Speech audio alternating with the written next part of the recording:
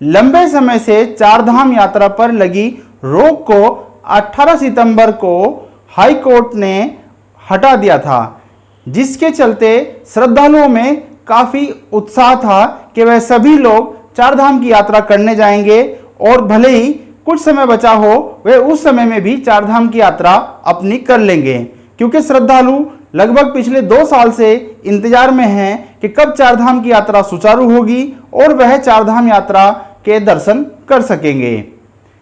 ऐसे में high court ने कुछ नियम व शर्तों के साथ यात्रा को शुरू किया था, जिसमें प्रतिदिन प्रत्येक धाम में सीमित संख्या में श्रद्धालुओं को जाने की अनुमति थी, जिसके कारण देवस्थानम बोर्ड ने एक ई पास जारी किया था, जिसमें प्रत्येक धाम में दर्शन करने के लिए स्लॉट बुक करना होता था। जिस दिन जिस श्रद्धालु का स्लॉट बुक होता था वह उसी दिन दर्शन करता था।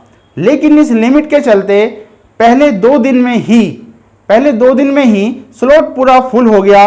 60,000 से ज़्यादा श्रद्धालुओं ने इसमें रजिस्ट्रेशन करा दिए और बाद में आने वाले श्रद्धालु परेशान हो गए और चारधाम की यात्रा नहीं जा पा रहे थे, क्योंकि देवस्थानम बोर्ड के ई पास में कोई जगह ही नहीं थी। जैसे ही रजिस्ट्रेशन करते थे तो उसमें इस तरह से आता था कि 31 अक्टूबर तक सभी धाम में कोई जगह खाली नहीं है, जबकि उधर धाम में जितनी संख्या निर्धारित की गई थी उतने श्रद्धालु पहुंच ही नहीं रहे थे।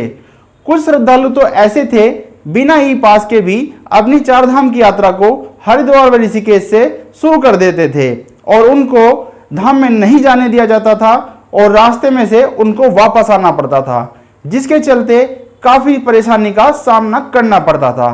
उधर दूसरी ओर ट्रैवल और होटल व्यवसायी भी इस व्यवस्था से कुछ खास खुश नहीं हैं, क्योंकि श्रद्धालु चारधाम की यात्रा कर ही नहीं पा रहे हैं। उनकी भी यह मांग थी कि इस लिमिट को बढ़ा दी जाए, जिसके चलते उन्होंने 27 सितंबर 28 सितंबर को धरना प्रदर्शन करने की बात भी कही थी। लेकिन आज एक नई बात सामने आई है, जिसमें काफ़ी लोग विचलित हैं कि क्या ई पास को ख़त्म कर दिया गया है, क्या अब ऑनलाइन ई पास नहीं बनेंगे। सरकार ने इसका संज्ञान लेते हुए यह देखा है कि जितने श्रद्धालु रजिस्ट्रेशन करा रहे हैं वास्तव में उतने श्रद्धालु धाम में पहुंच ही नहीं रहे हैं। उसका एक कारण यह भी है कि जो ई पास जारी किया गया है उस पास को कैंसिल करने का कोई ऑप्शन ही नहीं है, जिसके चलते किसी श्रद्धालु की ट्रेन नहीं टाइम से हो पाई है, किसी का फ्लाइट का टिकट टाइम से नहीं हो पाया है, जिसके चलते वह चारधाम की यात्रा के लिए पहुंचे ही नहीं हैं और स्लॉट पहले से ही बुक होने के कारण दूसरे श्रद्धालु भी वहां नहीं जा पा रहे हैं। इसलिए सरकार ने, जिला प्रशासन रुद्रप्रयाग ने ऐसा फैसला लिया है, जिन लोगों के कोरोना की 2 वैक्सीन लगी हुई हैं और साथ ही RT-PCR की 72 घंटे पुरानी नेगेटिव रिपोर्ट भी है, उन लोगों को एक ऑफलाइन पास जारी किया जाएगा। अगर धाम में जितनी संख्या में प्रतिदिन श्रद्धालु जाने हैं उतने श्रद्धालु नहीं पहुंचते हैं तो उनको एक बची हुई संख्या के लोगों को एक ई पास जारी कर दिया जाएगा जो ऑफलाइन होगा और वह लोग धाम में दर्शन कर सकेंगे। आप थोड़ा विस्तार से समझ लीजिए, अगर बद्रीनाथ धाम में प्रतिदिन 1000 श्रद्धालु दर्शन करते हैं और 1000 श्रद्धालु का ही रजिस्ट्रेशन हुआ है, लेकिन वहां पर 500 श्रद्धालु पहुंच रहे हैं, तो 500 श्रद्धालु का ऑफलाइन रजिस्ट्रेशन जिला प्रशासन कर देगा। लेकिन उसमें यह शर्त रखी गई है कि जिनका वह ऑफलाइन रजिस्ट्रेशन करेंगे उनके वैक्सीन की 2 डोज लगी होनी चाहिए और साथ ही उनकी RT-PCR नेगेटिव रिपोर्ट भी होनी चाहिए। उधर देवस्थानम बोर्ड ने भी इसका संज्ञान लेते हुए इस तरह की ई पास में बदलाव करने की बात कही है कि वह ई पास को आधार कार्ड से लिंक करेगी, जिससे जिसका पास होगा वही जा सकेगा।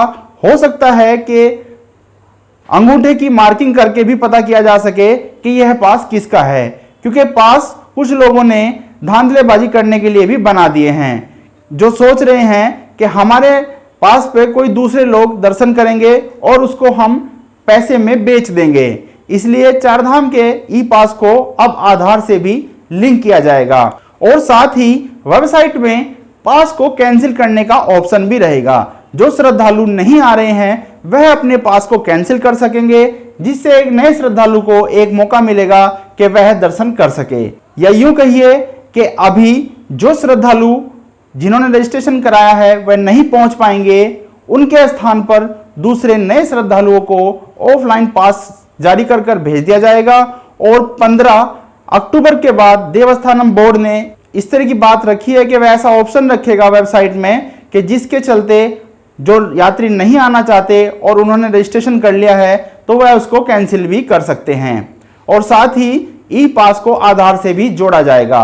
इसमें और क्या जानकारी सामने आती है, चार धाम यात्रा से जुड़ी और हरिद्वार से जुड़ी हर एक अपडेट विस्तार से और समय से पाने के लिए हमारे चैनल को जरूर सब्सक्राइब कर लें। मैं हूं शशांक और आप देख रहे हैं हमारा चैनल शशांक हरिद्वार। जल्दी मिलते हैं आपसे एक नई अपडेट के साथ। तब तक के लिए नमस्कार। जय गंगे मैया।